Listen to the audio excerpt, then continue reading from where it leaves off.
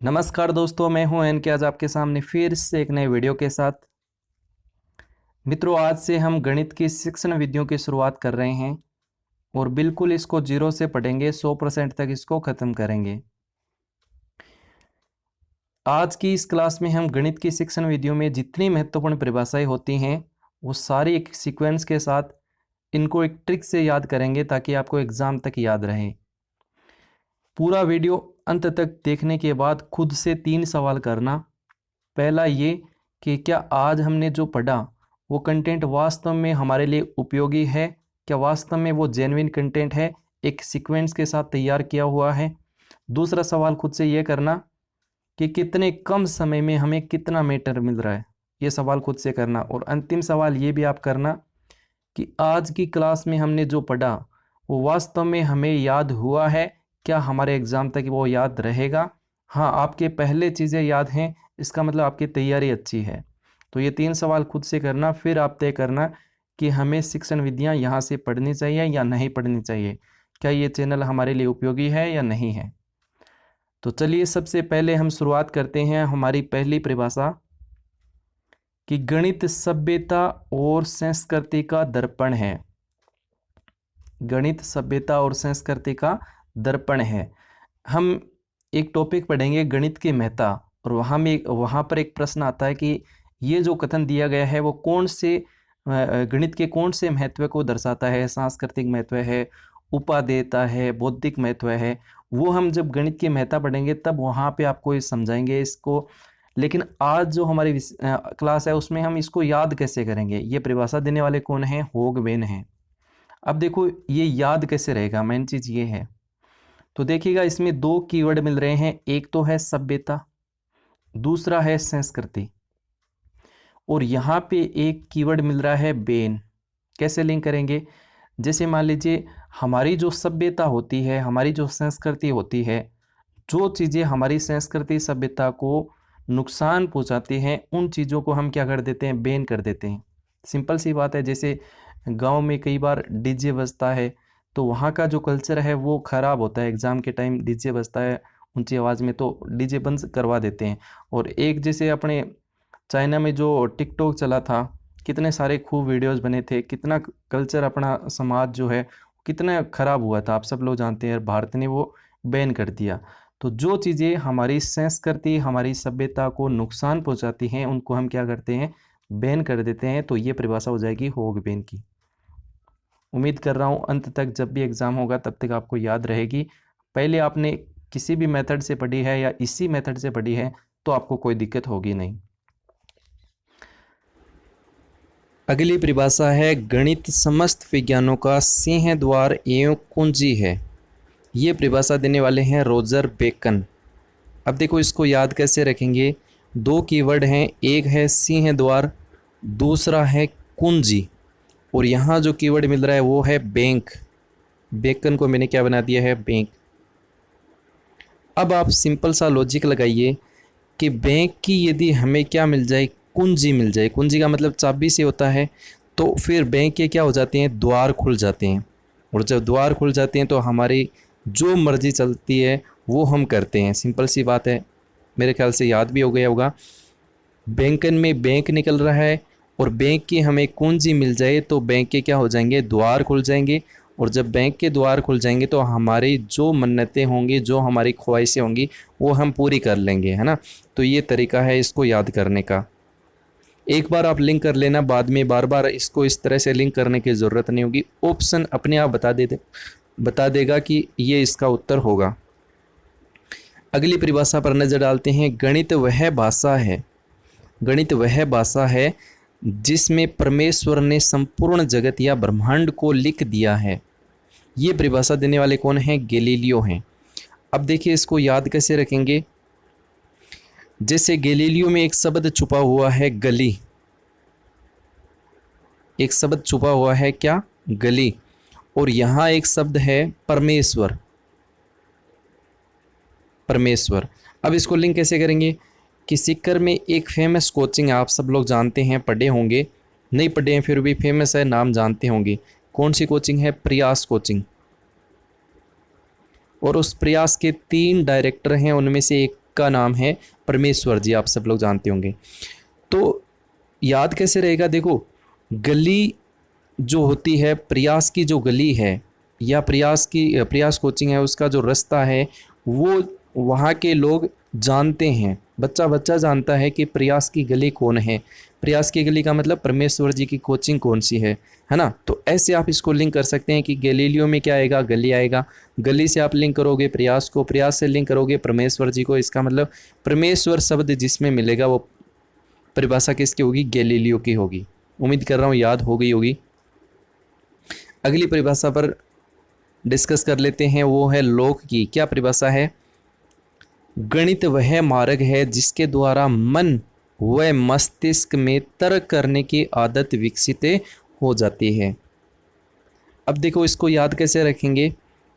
लोक का मतलब क्या होता है, लोक होता है जैसे ताला लगना है ना, जैसे अपना फ़ोन है तो फ़ोन का क्या हो जाता है, लॉक लग जाता है। कई बार हम पैटर्न को गलत लगा देते हैं, 2-3 बार लगा देते हैं तो वो लॉक हो जाता है।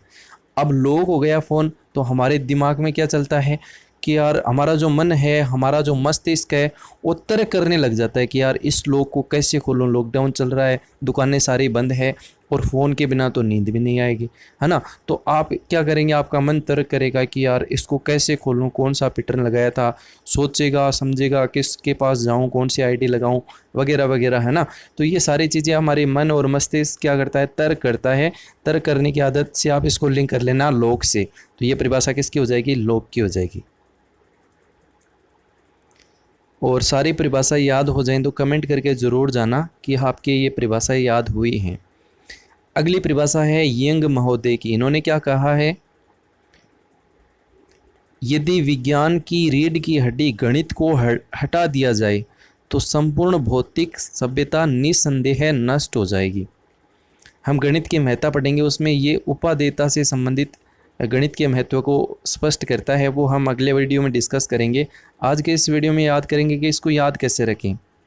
तो देखिए गणित यदि विज्ञान के रीढ़ की हड्डी गणित को हटा दिया जाए तो संपूर्ण भौतिक सभ्यता निस्संदेह नष्ट हो जाएगी। तो इसमें एक कीवर्ड मिल रहा है, वो क्या है, रीढ़ की हड्डी, रीढ़ की हड्डी। और ये क्या है, यंग। अब यंग का मतलब क्या होता है, जवान आदमी होता है। तो जवान आदमी की जो रीढ़ की हड्डी है, एक तो बूढ़ा आदमी है उसकी रीढ़ की हड्डी की बात करो, एक जवान आदमी की रीढ़ की हड्डी की बात करो, सबसे स्ट्रॉन्ग किसकी होती है, जो जवान आदमी होता है उसकी होती है ना। रीढ़ की हड्डी मजबूत होगी तो वो जवान दिखेगा, और है ना। तो ये सिंपल सी बात है, लॉजिक लगा सकते हो आप इसमें। यंग से मतलब क्या है, जवान, जवान से मतलब रीढ़ की हड्डी उसकी क्या है, मजबूत है। तो आप इसको ऐसे लिंक कर सकते हो। तो जिसमें भी रीढ़ की हड्डी से संबंधित आपको कोई कथन मिले तो वहाँ पर आपको करना है यंग महोदय। अगली परिभाषा है छठी, बेंजामिन पियर्स की परिभाषा। क्या कहा है इन्होंने, गणित वह विज्ञान है जिसमें आवश्यक निष्कर्ष निकाले जाते हैं, आवश्यक निष्कर्ष निकाले जाते हैं। अब देखो इसको याद कैसे रखेंगे, इस निष्कर्ष को एक बार ये समझना कि मान लीजिए कोई रिजल्ट होगा, निष्कर्ष का मतलब जो हमने पढ़ा है उसका निचोड़ क्या है, उसका कंक्लूजन क्या है, उसका निष्कर्ष क्या है। मान लीजिए आप रीट की तैयारी कर रहे हैं, आपने एग्ज़ाम को दे दिया, अब आप वेट कर रहे हैं कि यार मेरा होगा अगर नहीं होगा, इसका निष्कर्ष क्या निकल के आएगा, है ना। मान लीजिए वो निष्कर्ष आपके पक्ष में आता है, मान लीजिए आपका रीट में सिलेक्शन हो जाता है, तो आप यार दोस्तों के साथ क्या करोगे, पार्टियाँ करोगे, चेयर्स करोगे और पियोगे, है ना, कुछ भी पियोगे, है ना, पियर्स भी करोगे, है ना। पियर्स में पी निकल रहा है, पी से आप क्या करोगे, पियोगे, चीयर्स करोगे, पियर्स करोगे। कब करोगे, जब निष्कर्ष अच्छे होंगे, जब परिणाम अच्छे होंगे, जब निष्कर्ष आपके पक्ष में होंगे, है ना। तो इससे आप लिंक कर लेना कि जहाँ पे भी आवश्यक निष्कर्ष की बात आई तो आप क्या करोगे, पार्टियाँ करोगे, पियोगे, पियो से याद हो जाएगा आपका पियर्स, बेंजामिन पियर्स। चलिए अगली परिभाषा है डटन महोदय की। क्या कहा है, गणित का वास्तविक उद्देश्य ज्ञान प्राप्त करना नहीं है बल्कि शक्ति प्रदान करना है। गणित का वास्तविक उद्देश्य ज्ञान प्राप्त करना नहीं है बल्कि क्या है, शक्ति प्रदान करना है। कैसे याद करेंगे, देखो डटन से हमारे दिमाग में एक ही शब्द आता है, डटकर मुकाबला करना। जब हम किसी चीज़ का डटकर मुकाबला करते हैं, जैसे मान लीजिए रीट की हम डट कर तैयारी कर रहे हैं, अभी लॉकडाउन चल रहा है तो कुछ छोड़ देंगे, कुछ डटे हुए रहेंगे कि यार मुझे तो लगना ही है, लगना ही है, मुझे तो कुछ भी हो जाए, चाहे 5-6 घंटे तो रेगुलर रखना ही है, वो डट कर मुकाबला करेंगे तो उस चीज़ का केवल उसको ज्ञान प्राप्ति नहीं होगा, उनके अंदर क्या आएगी, शक्ति भी आएगा, उनके अंदर जोश भी आएगा, उनके अंदर कॉन्फिडेंस भी आएगा कि हाँ यार मैं एग्ज़ाम को क्रैक कर लूँगा। तो ऐसे आप इसको लिंक कर सकते हो। क्या वर्ड मिलेगा आपको, ज्ञान प्राप्त करना नहीं, क्या है, शक्ति प्राप्त करना है। परिभाषा देने वाले कौन है, डट कर मुकाबला यानी डटन। अगली परिभाषा है देखो प्लेटो की। दो परिभाषाएं हैं प्लेटो की, दोनों ही बहुत ज़्यादा महत्वपूर्ण हैं, एग्जाम में पूछी हुई हैं। और नीचे वाली ये जो परिभाषा है वो कौन से उद्देश्य को, मतलब गणित के किस महत्व को दर्शाती है, इससे रिलेटेड ये इस परिभाषा में प्रश्न पूछा जाता है। तो इस पर हम बात करेंगे, पहले इनको याद करते हैं। देखो प्लेटो की जो परिभाषा है, मैं थोड़ा सा इसको ऊपर ले लेता हूँ, अब ठीक है। इन्होंने कहा है कि जो विद्यार्थी ज्यामिति नहीं समझ सकते, जो विद्यार्थी ज्यामिति नहीं समझ सकते वो इस विद्यालय नहीं आ सकते। मतलब बात तो थोड़ी सी उटपटी सी लग रही है, गलत सी बात लग रही है, लेकिन परिभाषा है हमें तो याद करनी पड़ेगी। जो विद्यार्थी ज्यामिति नहीं समझ सकते वो इस विद्यालय नहीं आ सकते। और एक ये परिभाषा आप देखो एक बार, जो विद्यार्थी रेखागणित नहीं समझ सकते वो इस विद्यालय में प्रवेश नहीं कर सकते। अब देखो इनको दोनों में आप देख रहे हैं तो अब थोड़ा बहुत अजीब सा लग रहा है, एकदम सेम चीज़ें लग रही हैं, फ़र्क सिर्फ इतना सा है, यहाँ तो वर्ड क्या है, ज्यामिति, और यहाँ क्या वर्ड है, रेखागणित। देने वाले कौन है, एक को तो देने वाले हैं प्लूटो या प्लेटो, एक हैं आपके भास्कराचार्य। अब याद कैसे रखेंगे, दोनों को लिंक कैसे करेंगे। देखो प्लेटो में प है और भास्कराचार्य में भय है। पहले प आता है या पहले भय आता है, तो वर्णमाला में पहले प आता है। और यहाँ देखो ज्यामिति में जय है और रेखागणित में क्या है, रे है। पहले जय आता है या रे आता है, तो आप कहेंगे सिंपल सी बात है, जय पहले आता है तो जो पहले आता है उसको पहले से लिंक करना है, बाद आता है उसको बाद वाले से लिंक करना है। इसका मतलब प का संबंध किससे होगा, जय से होगा। प पहले आ रहा है, जय भी पहले आ रहा है, इसका मतलब जो ज्यामिति वाली बात है, जो विद्यार्थी ज्यामिति नहीं समझ सकते वो विद्यालय नहीं आ सकते, वो बात किसने कही है, प्लूटो या प्लेटो ने कही है। और बच गया भास्कराचार्य भय, इसका मतलब जो रेखागणित वाली बात है वो किसने कही होगी, वो आपकी भास्कराचार्य ने कही होगी। ऐसे आप इसको लिंक करना है ना, ऑप्शन देगा आपको, थोड़ा सा दिमाग लगाना है कि ये परिभाषा किसकी हो सकती है। ऐसे भी आप याद कर सकते हैं इसको। देखो जो विद्यार्थी ज्यामिति नहीं समझ सकते वह इस विद्यालय नहीं आ सकते, तो ज्यामिति का लिंक आप किससे करोगे, प्लूटो में क्या है, प्लेट निकल रहा है, तो प्लेट से आप लिंक कर सकते हो कि प्लेट की ज्यामिति कैसी है, गोल है, वर्ग है ना। तो प्लेट की ज्यामिति से आप डिसाइड करना कि ज्यामिति वर्ड मिल रहा है तो वो किसकी परिभाषा में आता है, प्लूटो की या प्लेटो की परिभाषा में आता है। उम्मीद कर रहा हूँ याद हो गई होगी। अब है देखो प्लेटो की जो दूसरी परिभाषा है, इसमें से एक प्रश्न बहुत महत्वपूर्ण आता है, क्या, वो ये कि गणित एक ऐसा विषय है जो मानसिक शक्तियों को प्रशिक्षित करने का अवसर प्रदान करती है। एक सुसुप्त आत्मा में चेतना एवं नवीन जागृति उत्पन्न करने का कौशल गणित ही प्रदान कर सकती है। मतलब हमारी जो आत्मा है, मतलब एक प्रकार से सो चुकी है, उसको जगाने का काम भी कौन करती है, गणित करती है ना। ये बात किसने कही है, प्लूटो ने। अब देखो ये प्रश्न कैसे आता है, प्रश्न ये आता है कि ये कौन से महत्व को दर्शाता है। ऑप्शन में आता है सांस्कृतिक महत्व है, उपादेयता, बौद्धिक या मानसिक महत्व है। तो ये कथन जो है वो मानसिक व बौद्धिक महत्व को दर्शाता है, ये हम गणित की महत्व में पढ़ेंगे। लेकिन इसमें एक कीवर्ड मिल रहा है क्या, कि सुसुप्त आत्मा को भी जगा देती है, हमारी मानसिक शक्तियों को ट्रेनिंग देने का एक ऐसा अवसर प्रदान करती है जो हमारी सुसुप्त आत्मा को भी जगा देती है। तो ये परिभाषा देने वाले कौन है, प्लूटो हैं। थोड़ा सा आप इस ऊपर वाली परिभाषा के साथ ही थोड़ा सा आप इसको लिंक करना, ये एक परिभाषा आपको याद रखनी है, मेन बात ये है। इसको मैं इम्पोर्टेंट लगा के चल रहा हूँ, बहुत महत्वपूर्ण है, आप ज़रूर देखना इसको, ठीक है। देखो भास्कराचार्य की लीलावती बुक है, ये एग्जाम में पूछ ली गई है। भास्कराचार्य के बारे में 3-4 बातें हो रही हैं, वो हम गणित की प्रकृति में डिस्कस करेंगे। इनकी एक डेफिनेशन है और उस डेफिनेशन में उन्होंने ये कहा है कि जो रेखागणित नहीं समझ सकते वो इस विद्यालय को प्रवेश नहीं कर सकते। ये परिभाषा आपको याद रखनी है बस। अब देखो अगली परिभाषा है क्या, कांट महोदय की। अब कांट को मैं ऐसे भी लिख दूं, इंग्लिश में लिखना चाहूँ तो ये देखो कैन नोट को हम ऐसे लिखते हैं कांट, है ना। कांट का मतलब क्या होता है, नहीं, एक प्रकार से, है ना। तो याद क्या रखना है, गणित विज्ञान तब तक ही है जब तक कि उसमें गणित का उपयोग हुआ है। मतलब गणित का उपयोग नहीं हुआ तो इसका मतलब क्या है, विज्ञान है ही नहीं, है ना। तो इसमें इसमें भी एक नहीं का मतलब एक भाव आ रहा है, जिसे आप देख रहे हैं। विज्ञान तब तक ही है जब तक कि उसमें गणित का उपयोग हुआ है, मतलब गणित नहीं है तो विज्ञान ही नहीं है ना। तो नहीं से इसका मतलब क्या है, कांट, कैन नोट, है ना। मतलब कैन नोट, गणित नहीं है तो क्या है, विज्ञान भी नहीं है। तो इसको आप ऐसे लिंक कर लेना। अगली परिभाषा है देखो स्टोन महोदय की। स्टोन ने क्या कहा है, गणित ऐसी अमूर्त व्यवस्था है जो अमूर्त तत्वों से मिलकर बनी है। सिंपल सी बात है, ठीक है, कोई बात नहीं। और इन तत्वों को मूर्त रूप में परिभाषित किया जाता है।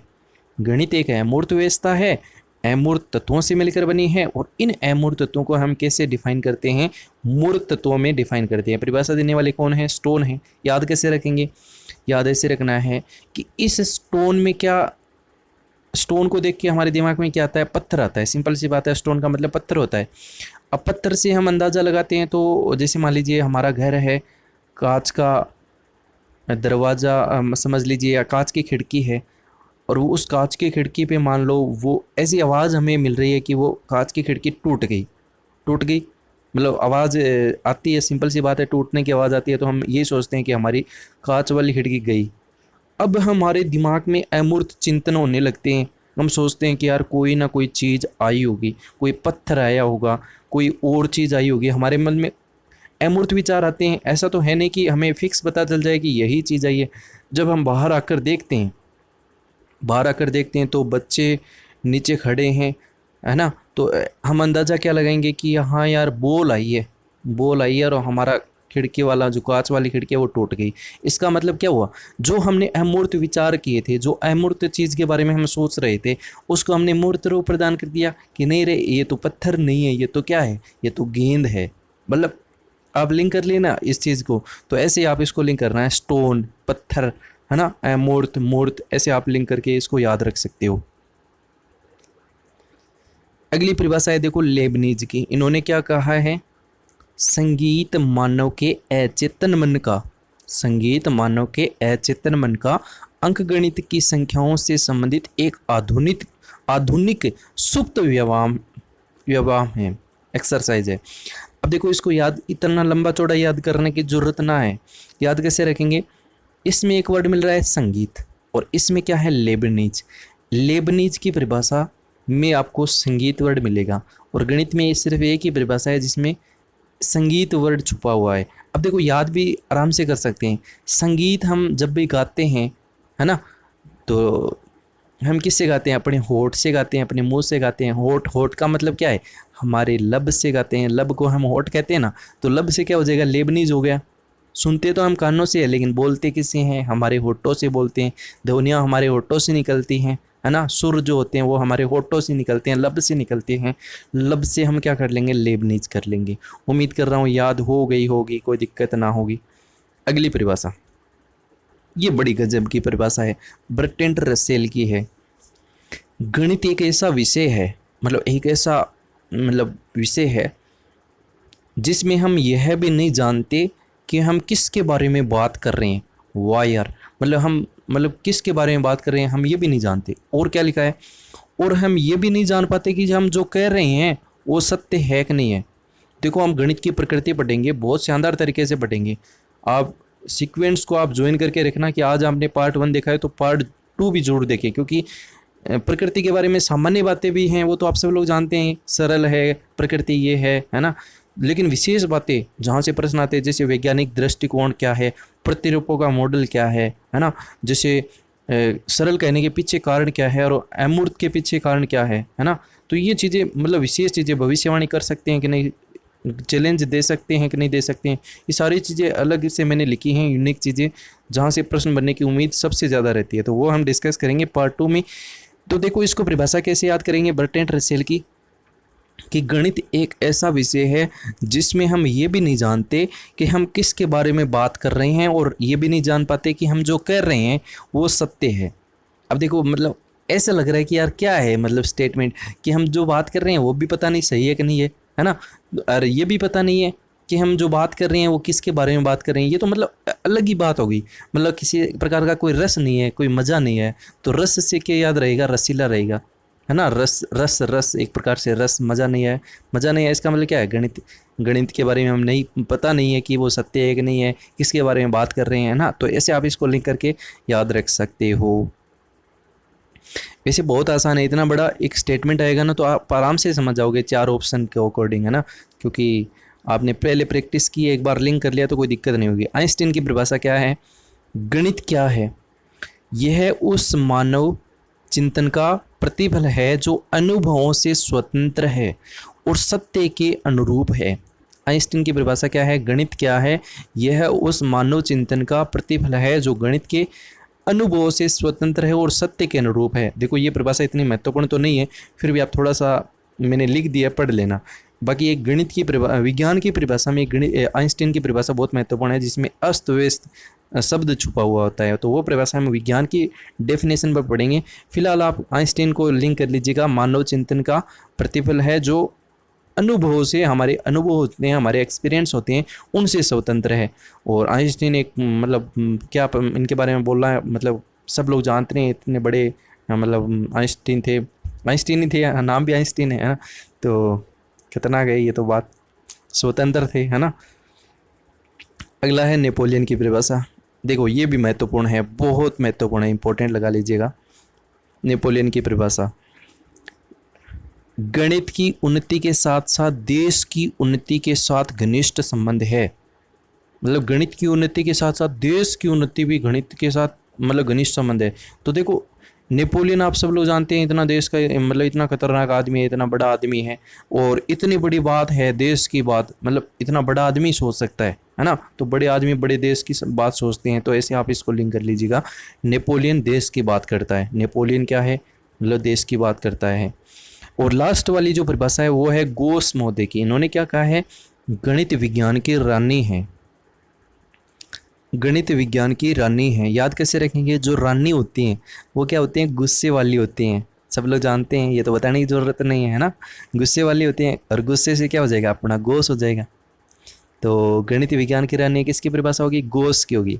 अब देखो हमने मोटा मोटी एक बार डिस्कस कर लिया, अब हम देखो एक बार रिविजन करके देखते हैं कि याद हुआ है कि नहीं हुआ। देखो सभ्यता और संस्कृति, मतलब जो हमारी सभ्यता संस्कृति को खराब करेगा हम उसको क्या करेंगे, बैन करेंगे, सिंपल सी बात है। तो ये परिभाषा किसकी, होगबेन की, याद हुई ना, होगबेन की। ऐसे ही 4 ऑप्शन में आपको निकालना है, याद हो गई। दूसरी देखो, संगीत वर्ड किस में मिला था, संगीत संगीत संगीत, तो लब लब लब से क्या हुआ, लेबनीज, इसका मतलब लेबनीज की परिभाषा में क्या मिलेगा आपको, संगीत मिलेगा, लेबनीज, याद हुई ना। तीसरी देखो, रीढ़ की हड्डी, मतलब रीढ़ की हड्डी, जवान, जवान का मतलब यंग, इसका मतलब ये परिभाषा किसकी है, यंग की है। अब देखो लिखने की ज़रूरत क्या है ना, आप कर लोगे, यंग यहाँ पे लिख देता हूँ। तीसरी, चौथी देखो, कुंजी व द्वार, कुंजी चाबी, चाबी मिल जाए तो क्या खुलते हैं, द्वार खुलते हैं, किसके द्वार खुलते हैं, हमारे बैंक के खुलते हैं। जब बैंक के द्वार खुलेंगे तो हम जो चाहेंगे, जो मन में आएगा वो करेंगे, है ना। तो ये हो जाएगा बेकन की, रोजर बेकन की। अगले देखो, आवश्यक निष्कर्ष, मैंने कहा था ना निष्कर्ष निकलेंगे तो हम क्या करेंगे, पिएंगे, पिएंगा मतलब Peirce, Peirce, Peirce, Benjamin Peirce. अगली है मस्तिष्क में तर्क, मस्तिष्क में तर्क, जब हमारा फ़ोन लॉक हो जाता है हमारा मन क्या करता है, हमारा मस्तिष्क क्या करता है, और यार इन क्या खोला, है ना। तो मस्तिष्क तर्क करता है, चिंतन करता है। तो ये हो जाएगी आपकी लोक महोदय की, लोक महोदय की। अगली है देखो, परमेश्वर संपूर्ण जगत ब्रह्मांड, ये किसकी परिभाषा में था, परमेश्वर जी, प्रयास कोचिंग, सिक्कर, उसकी गली गली, बच्चा बच्चा जानता है, इसका मतलब गली से क्या हो जाएगा, गैलीलियो, याद हुई ना, गैलीलियो। इसके बाद देखो, ज्ञान नहीं है शक्ति है, मतलब गणित क्या है, ज्ञान नहीं है शक्ति है। मतलब ये परिभाषा किसने दी थी, अब मैंने आपको बताया था ना, हम किसी चीज़ का डटकर मुकाबला करते हैं। अब लॉकडाउन लगा हुआ है, डटकर मुकाबला कर रहे हैं, पढ़ रहे हैं, तो हमें सिर्फ ना ज्ञान मिलेगा बल्कि शक्ति भी मिलेगी, जोश भी आएगा। तो ये किसकी परिभाषा होगी, डटन की होगी। अब देखो दो परिभाषा हैं, एक में है ज्यामिति और एक में है रेखागणित।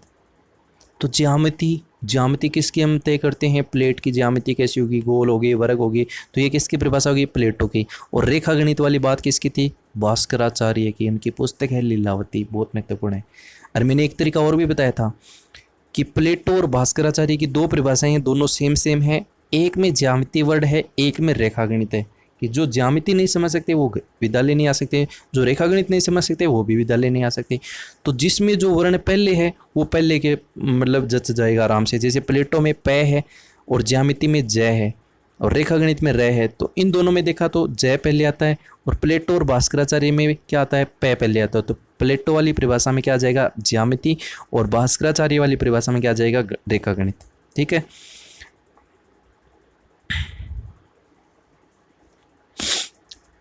अब देखो एक परिभाषा और है, और वो है विज्ञान वहीं तक है जब तक कि उसमें गणित का यूज हुआ है। विज्ञान वहीं तक है जब तक कि उसमें क्या है, गणित का यूज हुआ है। तो ये मैंने आपको बताया था, मतलब विज्ञान वहीं तक है, मतलब उसके बिना तो विज्ञान है ही नहीं। गणित नहीं है तो इसका मतलब विज्ञान है ही नहीं। तो कैन नोट कांट वाली परिभाषा क्या थी, कांट वाली, याद होगी ना। और लास्ट वाली एक परिभाषा मैंने अलग से लिखी है कि गणित भौतिक अनुसंधान का आवश्यक उपकरण है। गणित भौतिक अनुसंधान का आवश्यक उपकरण है, यह परिभाषा किसकी है, बर्थलोट की है। तो ये आज की क्लास थी, फर्स्ट क्लास थी, और मैंने जितनी महत्वपूर्ण परिभाषाएं हैं वो सारी मैंने डिस्कस की हैं। अब इन चारों में से, चार ऑप्शनों में से आपको आंसर देना है। तो ऐसा तो है नहीं कि आपकी पढ़ी हुई है, मान लीजिए बिना पढ़ी हुई भी एक परिभाषा आ गई, तो चार ऑप्शन तो कहीं ना कहीं इनमें से ही होंगे। तो इनमें से थोड़ा सा आप लिंक करेंगे तो वो गलत नहीं होगा प्रश्न। और मुझे नहीं लगता कि इनसे बाहर कोई बनेगा, क्योंकि ये बहुत महत्वपूर्ण परिभाषाएं हैं, हर किसी ना किसी एग्ज़ाम में आती रहती हैं। तो ये पूरी PDF जो है इस आज की क्लास की, वो तो मैं जैसे ही विज्ञान ये जो गणित की शिक्षण विधियाँ पूरी होने के बाद अवेलेबल कराऊँगा, हमारा एक रूल है हमेशा की तरह। और दूसरी बात यह है कि इसका पार्ट 2 वो आप ज़रूर देखना, क्योंकि उसमें हम बात करेंगे गणित से रिलेटेड कौन कौन सी बातें महत्वपूर्ण हैं। जैसे सन वगैरह 2-3 सन हैं तो वो याद रखनी है। इसके साथ ही 1-2 व्यक्तियों के नाम हैं वो आपको याद रखने हैं, 1-2 पुस्तकों के नाम हैं, 1-2 उनकी रचनाएं हैं, उनको ये बारे में याद रखना है। और इसके बाद उसी वीडियो में गणित की प्रकृति है, वो हम महत्वपूर्ण बिंदु हैं उन पर बात करेंगे। ऐसे हम सीक्वेंस के साथ 0 से हम आगे बढ़ेंगे, 100% तक इसको ख़त्म करेंगे। और जैसे ही यूनिट पूरी हो जाएगी उसके बाद एक्सरसाइज करेंगे बहुत सारे प्रश्नों की। तो आज का सेशन आपको कैसा लगा, कमेंट सेशन में आप ज़रूर लिखिएगा। आप एक लाइक करते हैं, कमेंट करते हैं तो बहुत अच्छा लगता है, और उसी से मोटिवेट होकर और ज़्यादा बेहतर करने की हम ताकत रखते हैं। तो thank you so much, have a nice day, thank you, bye bye, have a nice day. इस तरह मुस्कुराते रहिए, पढ़ाई में व्यस्त रहिए। तब तक के लिए शुक्रिया, मिलते हैं नेक्स्ट वीडियो में, नेक्स्ट पार्ट में। Thank you so much.